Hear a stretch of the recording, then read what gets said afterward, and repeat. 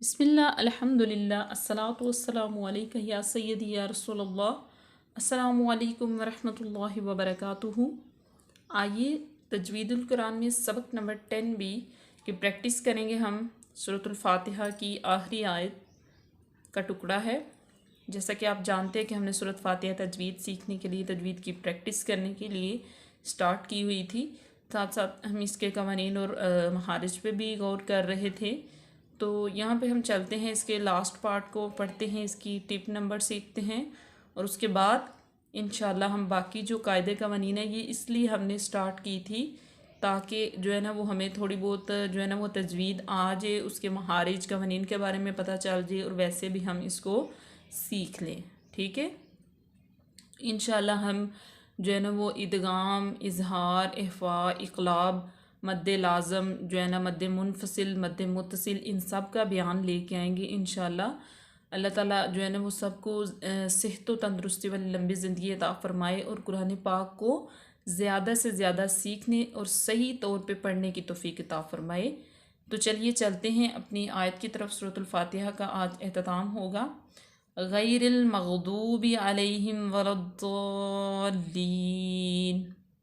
ठीक है, तजवीज़ टिप नंबर 11, किसी अच्छे कारी को सुनिए और फिर इन्हीं की तरह पढ़ते हुए अपनी किरात को अपने आपके मोबाइल फ़ोन में रिकॉर्ड करें। ठीक है, तो अपनी तिलावत सुनिए और कारी साहब और मतलब कारी साहब की और देखिए कि आप कहाँ गलतियाँ कर रहे हैं। यहाँ पे ये बताया जा रहा है कि आप अपनी तिलावत भी सुने और कारी साहब की तिलावत भी सुने, फिर इस तरह आपको जो है ना वो वाज़िया तौर पे समझ आ जाएगी कि आपने कहाँ पे मिस्टेक की है। ठीक है, उसके बाद है गैरिल मग़दूबी अलैहिम, ये हमने अलग-अलग लिख लिए।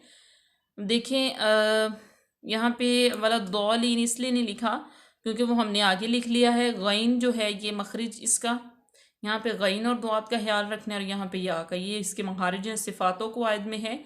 गैन को ऊंचा गई गई, ठीक है, और गई यानी जो या उसको नर्म, गई या से पहले ज़बर है, या लीन है। ठीक है, ये भी मैं आपको बताती चलूँ कि या मद्दा और या लीन के बारे में भी मैं आपको जो है ना वो वाज़िया तौर पे बता दूँगी इंशाअल्लाह।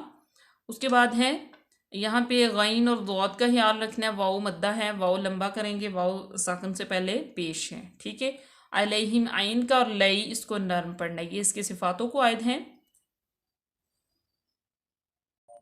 चलिए तो नेक्स्ट चलते हैं हम गैर, ये हमने इसकी पार्टीशन कर ली है जैसे हम पीछे पार्टीशन करते आए हैं। गैर की हमने पार्टीशन कर ली है, तो यहाँ पे ये या के नीचे एरो है, या को हमने नर्म पढ़ना है और रॉ के नीचे जब ज़ेर हो तो उसको बारीक पढ़ा जाता है गैर। ठीक है, गैर गैर, मेरे पीछे पढ़ें। उसके बाद है अल मग़दूबी, वाव को लंबा करेंगे क्योंकि वाव मद्दा है। यहाँ पे गैन को ऊंचा पढ़ेंगे, ये पीछे भी बता दिया गया। दुआत को बहुत मोटा और ऊंचा, और वाव जो है वो मद है क्योंकि वाव साकन से पहले पेश है, तो इसको लंबा करेंगे। मेरे पीछे इसको 3 दफ़ा पढ़े, सिलेबल को भी साथ लेके हम चल रहे हैं। गैरिल मग़दूबी, गैरिल मग़दूबी, गैरिल मग़दूबी, माशाअल्लाह। उसके बाद है अलैहिम, आइन को सही मखरज से अदा करेंगे, लाम यहाँ पे या को नर्म पढ़ेंगे, अलैहिम अलैहिम। ठीक है, मीम साकन है, अलैहिम। उसके बाद लास्ट पे जो है वो है वलद्दौल्लीन। ठीक है, ये जो है ना इसमें दुआत को एक तो बहुत मोटा और ऊंचा पढ़ेंगे, दूसरे नंबर पे ये जो ये है ये मद्दे लाजम है, इसको मद्दे मुनफसिल भी कहा जाता है क्योंकि ये इस लफ्ज़ में और उसके साथ भी अटैच हो रही है। ठीक है, तो ये ऊपर शद है, इसको इसके साथ मिलाएंगे और या जो है ना वो मद्द हो जाएगी क्योंकि या साकन से पहले ज़ेर है, तो यहाँ पे हम पढ़ेंगे वलद्दौल्लीन।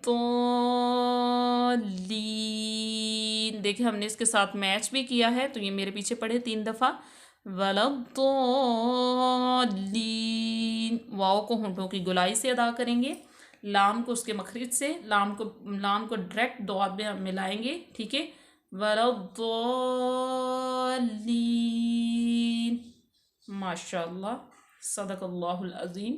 आज के लिए इतना ही काफ़ी, और साथ में मैं आपको ये बताती चलूँ कि इंशाल्लाह जो है ना वो नेक्स्ट आपको जो है ना तजवीद के जो कवानीन हैं, जैसा कि मैंने आपको स्टार्ट में भी बताया है, वो हम स्टार्ट करेंगे। अपनी नोटबुक्स रेडी रखें और उनके ऊपर नोट करें।